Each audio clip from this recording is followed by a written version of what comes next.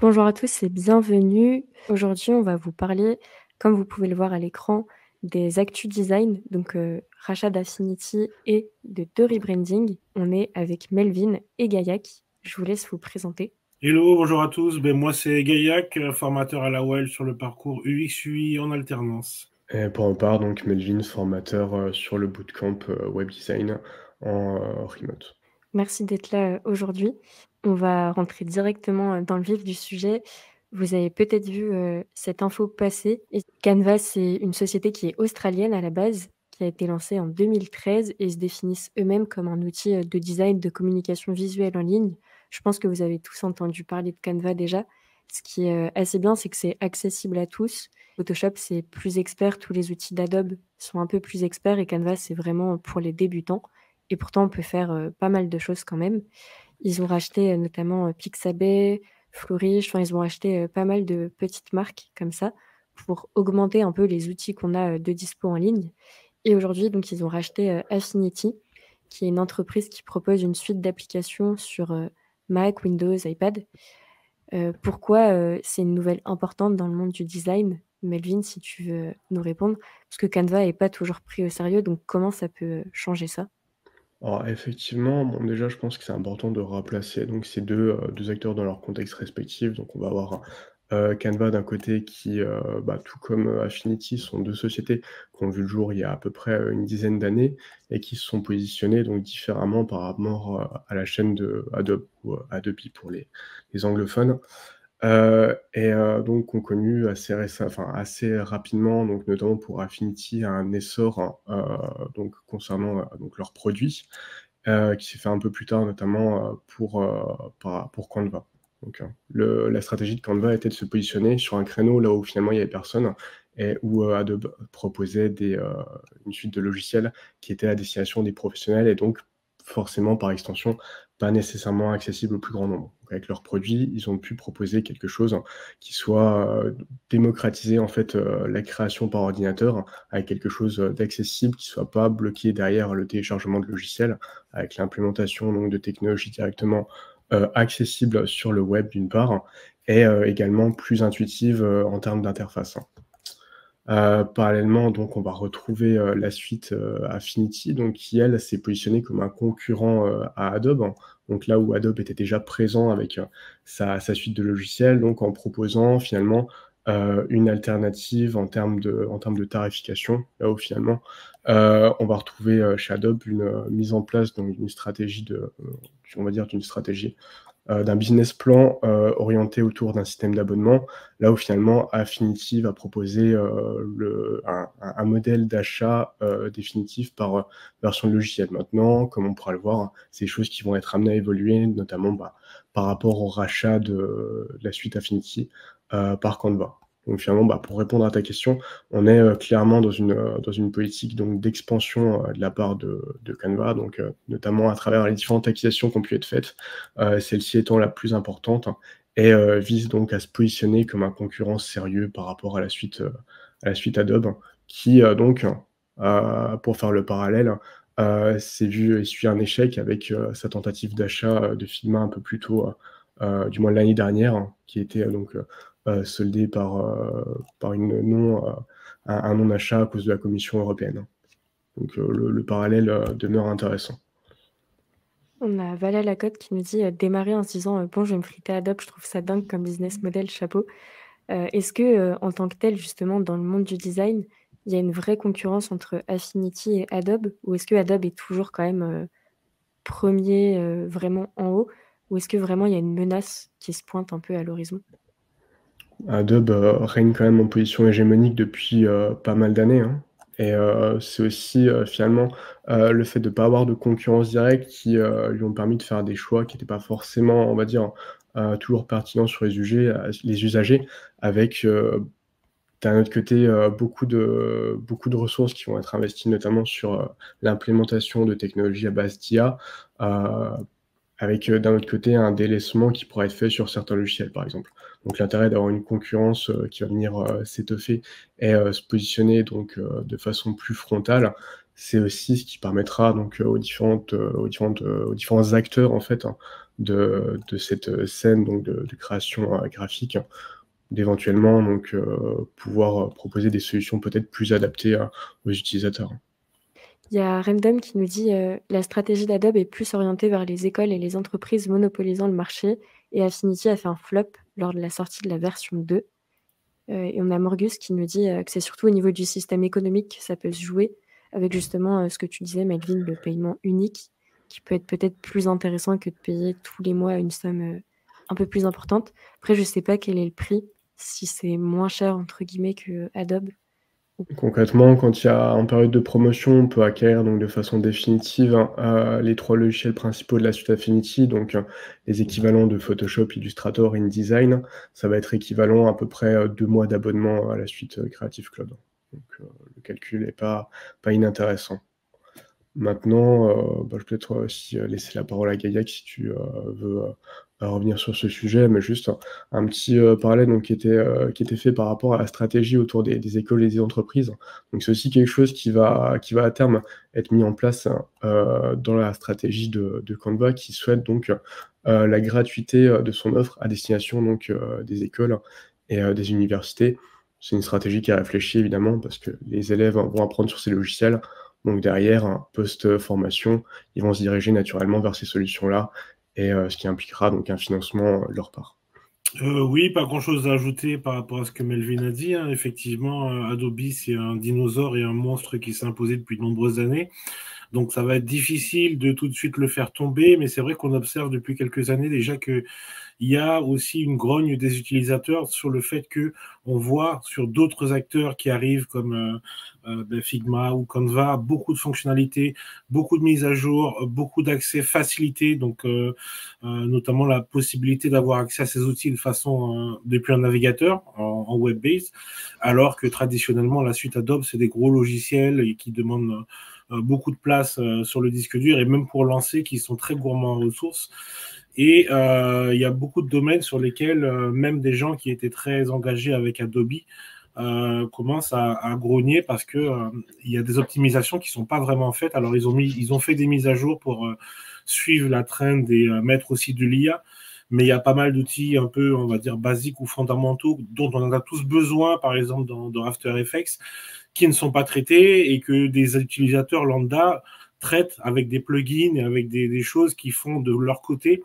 Et on se demande comment ça se fait qu'un monstre comme Adobe n'arrive pas à mettre un peu de ressources pour combler ces manques-là, au point que des utilisateurs eux-mêmes fassent des plugins pour contourner tout ça. Donc c'est vrai que l'écosystème est en train de changer avec notamment cette news.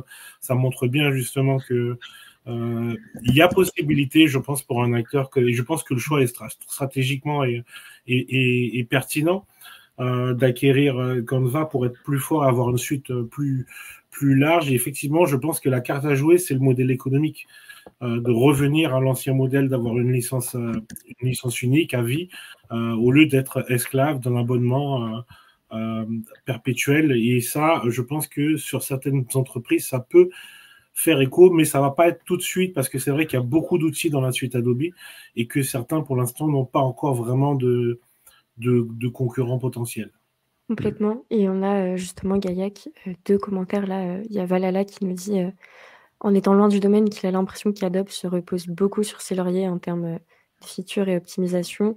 Et Oui. Random qui nous dit que quand Apple a sorti les nouveaux procs de la série M, Affinity a fait directement la mise à jour, alors que Adobe a mis un peu plus de temps. Donc peut-être qu'être plus agile, c'est aussi quelque chose qui menace un peu plus Adobe. Canva aussi est hyper agile. Aujourd'hui, on peut utiliser DALL-E pour générer des images par IA. Enfin, il y a vraiment plein d'optimisations, d'outils qui sont directement intégrés. Donc c'est sûr que ça, c'est une vraie menace, je pense, pour Adobe. Oui, ça fait complètement écho à ce que je disais tout à l'heure. Le fait de ne pas être assez agile, de ne pas se remettre en question sur des choses plus fondamentales et de laisser, on l'a vu, par exemple, Photoshop pendant longtemps était utilisé aussi pour du web design, avant qu'il y ait Sketch et Figma. Ou Illustrator, et ils ne sont pas plus bougés que ça, et résultat des courses, ils ont perdu ce point-là, puisque du coup, ils ont essayé de monter Adobe XD pour concurrencer Figma. Ils ont tenté de racheter Figma, voyant qu'ils n'y arrivaient pas. Et puis finalement, l'achat n'a pas eu lieu.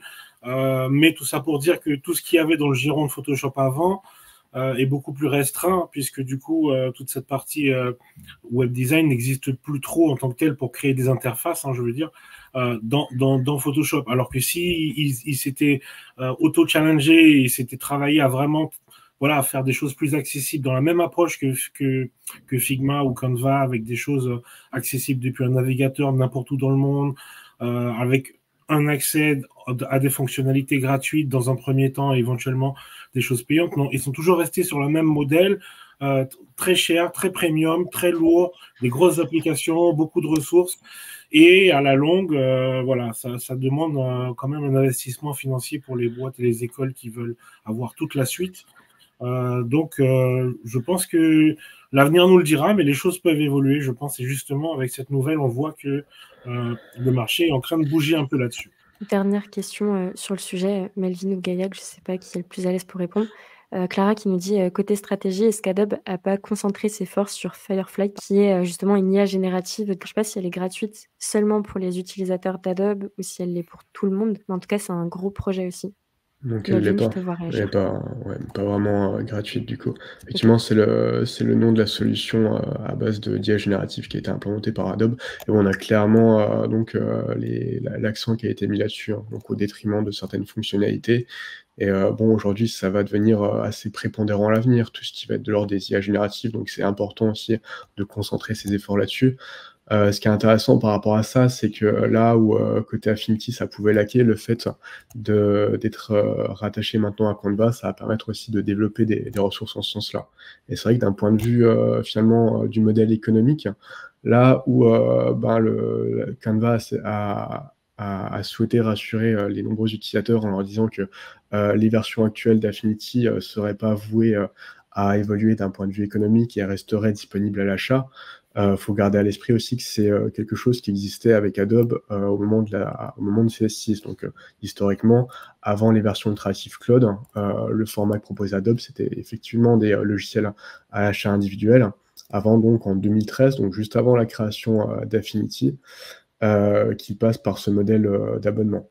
Donc on peut tout de même imaginer que malgré les réassurances de Canva, à terme, on puisse opter vers un modèle d'abonnement. En tout cas, c'est ce qui a été spécifié justement de leurs disclaimers qui ont pu être communiqués par mail en disant que ce serait toujours une option à côté donc d'une souscription annuelle. Canva a fait 4 grandes promesses à la communauté d'Affinity en disant que justement l'abonnement ne changerait pas pour réassurer en fait les personnes qui ont déjà payé leur abonnement et qui ont un peu peur de perdre l'outil et que ça resterait vraiment orienté sur la communauté. Donc en tout cas, on va voir comment ça évolue, mais c'est un sujet assez intéressant à regarder. On va passer sur le deuxième sujet qui est donc le rebranding de Decathlon et de Lamborghini. On a pu voir ça ces dernières semaines. Je ne sais pas si vous aviez vu la nouvelle dans le chat et ce que vous en pensez. N'hésitez pas à nous dire justement votre avis là-dessus. En tout cas, il y a Decathlon qui avait le même logo depuis les années 90 qui a, entre guillemets, enfin changé, même s'il était bien. Mais voilà, après de nombreuses années, c'est quand même quelque chose de conséquent de le changer. Ils ont également fait bouger leur raison d'être de faire bouger le sport à faire bouger l'humanité grâce à la magie du sport. Donc on voit qu'il y a eu tout un travail aussi derrière de marque. Et ils ont donc ce nouveau logo que vous pouvez voir en bas avec ce mouvement un petit peu comme le swoosh de Nike que eux ont appelé l'orbit et ils ont changé aussi de couleur. C'est un changement qui peut paraître un peu minime. Donc pourquoi en fait on change de logo? Pourquoi ils ont fait ce choix? Est-ce que c'est pour traduire de nouvelles ambitions, pour changer de cible? Effectivement, on constate qu'il y a quand même des similitudes, mais il y a l'apparition effectivement de ce sigle alors qui a pu être critiqué parce qu'il pouvait faire penser à d'autres choses comme le logo de ASICS, mais ils ont choisi quand même de conserver l'historique de marque avec quand même les lettres qui sont quand même globalement assez similaires. Ce qui va changer aussi, c'est la couleur, ça va permettre de lui donner un côté un peu plus moderne et le symbole qui manquait, c'est vrai qu'il n'y avait pas vraiment c'était un logo de lettres, composé de lettres, va permettre une déclinaison, je pense, plus fluide sur le merch pour tout ce qui est t-shirt, maillot, flocage, éventuellement pour une plus de facilité pour décliner au niveau du merch, et puis peut-être aussi j'ai l'impression, mais ça c'est mon avis à moi, que ça peut traduire aussi un côté un peu plus digital avec ce bleu un peu plus électrique, un peu plus moderne. Donc voilà, il y a en même temps l'idée de se positionner un peu différemment. Tu l'as dit aussi sur leur baseline qui est un peu plus ambitieuse. Et aussi de donner un coup de frais, de rajeunir un peu le logo tout en conservant l'ADN de la marque, je pense. Ce qui est intéressant aussi par rapport à ça, c'est que c'est un rebranding qui répond, comme tu as pu le dire, Gaïac, surtout à un besoin, le fait de pouvoir exister à travers ce monogramme et potentiellement s'affranchir l'inscription Décathlon qui l'accompagne. Mais c'est vrai que là où ça fait beaucoup réagir, c'est que c'est une marque qui est assez ancrée dans l'imaginaire collectif. Aujourd'hui, ça a presque existé comme ce qu'on appelle une antonomase, en fait, c'est la figure de style qui fait on va désigner un objet par rapport à sa marque. Et aujourd'hui, on va surtout s'y référer en tant que Decat, à même titre qu'on parle de McDo pour McDonald's, respectivement. Et c'est intéressant, donc le fait qu'il y ait cette rupture en fait qui va se créer, même si finalement ça continue quand même de s'inscrire dans la continuité de l'ADN existant. Donc on gardera quand même certains éléments du logo, mais plutôt en ajoutant un élément supplémentaire, en le modernisant et en le dynamisant. Maintenant, comme pour beaucoup de marques, en général, un rebranding, ça va aussi s'accompagner d'une stratégie qui va également donc aller avec, et qui donc dans le cadre de Decathlon va donc dans le but de s'affranchir de certaines marques existantes, de réduire leur catalogue et de pouvoir, on va dire, opérer une stratégie qui soit plus dans les tendances peut-être et aller au-delà de leur image actuelle. En proposant plutôt peut-être une branche lifewear ou pour des produits du quotidien. Donc avec vraiment un développement d'un ADN qui va être plus conséquent du point de vue de l'identité visuelle. C'est hyper intéressant. Est-ce que c'est quelque chose de commun justement d'opérer un rebranding ou c'est vraiment quelque chose qui se fait après des années justement comme Decathlon, une fois qu'on est vraiment implanté?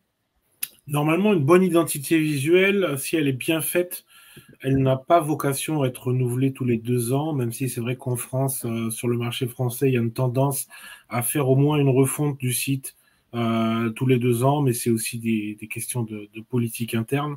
Mais normalement, une identité visuelle, elle doit imprimer, et pour que ça imprime, il faut quand même, si on la change tous les 2 ans ou tous les ans, on va perdre on va pas pouvoir justement imprimer dans la mémoire collective l'image de marque.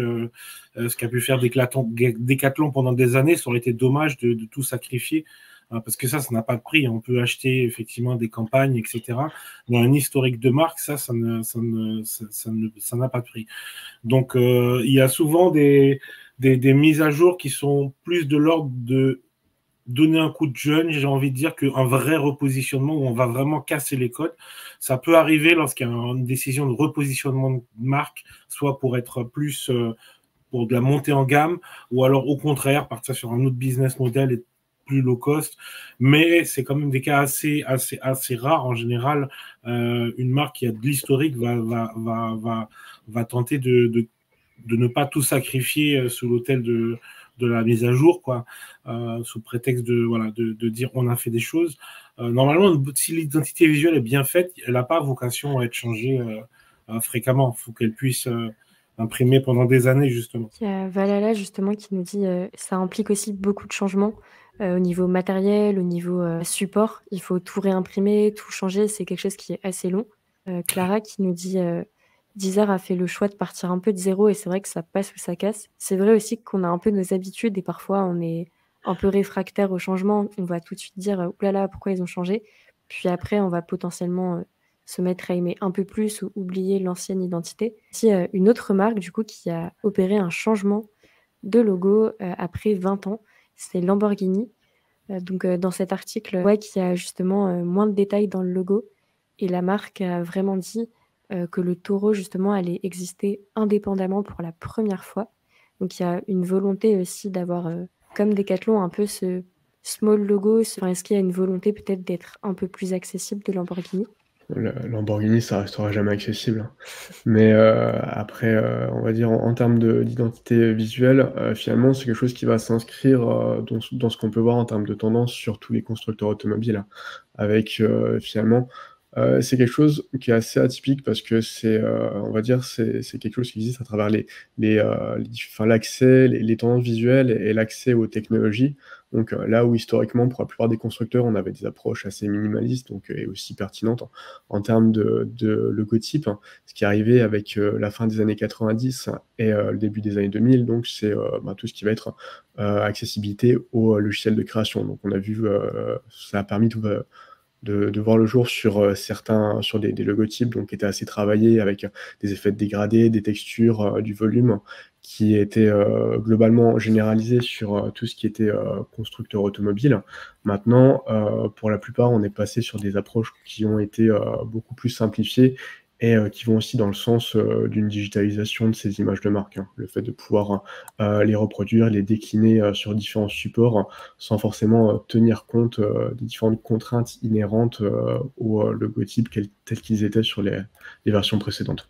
Oui, pas grand-chose à rajouter. Moi, j'ai l'impression que sur Lamborghini, c'est surtout aussi le côté relief, un peu un boss qu'il y avait, qui à l'époque était censé imprégner une image de luxe, avait tendance à faire passer un peu le logo pour quelque chose d'un peu vieillot. Et le fait d'être repassé sur un truc plus flat le modernise et du coup le met plus au goût du jour. Mais on constate bien que c'est, même si la forme est plus en aplat, on a quand même la même silhouette de taureau, la même composition. Donc, encore une fois, l'ADN est conservé, on n'est pas perdu. On sait bien que c'est toujours la même marque. Maintenant, c'est vrai que ça lui apporte un côté un peu plus moderne. Et c'est vrai que ce côté faux relief pouvait aujourd'hui paraître un peu vieillot et ne correspondait plus peut-être à l'image qu'il voulait donner, qui est quand même une image très premium, très luxe. Là, tu as dit quelque chose d'intéressant justement, c'est que, ils veulent un peu enlever ce côté, peut-être vieillot, qu'il y avait avec le côté relief et cetera. Est-ce que tu penses que la vision qu'ont les gens de Lamborghini va un peu changer avec ce nouveau logo? Enfin, est-ce qu'il y a un effet inconscient un petit peu quand il y a un rebranding de marque? Alors, les marques, quand elles font un rebranding, ont souvent une volonté. Pour le coup, Lamborghini a déjà un capital. Je pense que l'image est déjà tellement premium que ça devrait pas changer. Je suis pas devin non plus, donc j'aurais pas de certitude. Mais j'aurais pas tendance à dire que ça va vraiment changer et qu'ils ont vraiment l'envie aussi de changer. Pour moi, c'est plus une mise à jour. Mais pour d'autres marques, on peut constater sur un exemple comme McDonald's, qui avait un logo très jaune, rouge, jaune avant. Il y a un repositionnement ces dernières années où ils essaient de monter en gamme, où ils ont justement changé leur couleur et ils ont changé leurs éléments de langage, la manière dont ils communiquent. Ils parlent maintenant de couverts, les menus sont de plus en plus chers. Donc ils parlent de restaurants, donc ils veulent s'éloigner, si tu veux, de ce côté un peu junk food. Seulement, est-ce que dans la vision, dans l'imaginaire des gens, ça change réellement? Je suis pas encore sûr. Ce qu'il va pouvoir peut-être faire, c'est vraiment, est-ce que la promesse est au rendez-vous quand les gens vont consommer le produit et vont vivre l'expérience? Est-ce que la promesse qui est vendue est à la hauteur? Si ça reste toujours un fast-food, ça restera pour nous toujours un fast-food, malgré tous les vocables, tous les changements de couleur, tous les changements de communication qu'ils peuvent faire. Donc, c'est pas toujours évident. Les marques essayent d'impulser une image de marque qui peut être, un univers de marque qui peut être différent, mais le ressenti au niveau du public n'est pas toujours immédiat et toujours celui qu'il souhaiterait produire en face. C'est quoi, Melvin et Gaillac, la nouvelle que vous allez, continuer à surveiller après ce stream dans les semaines à venir? Je vais continuer à surveiller, les streams de l'école. Très bonne réponse.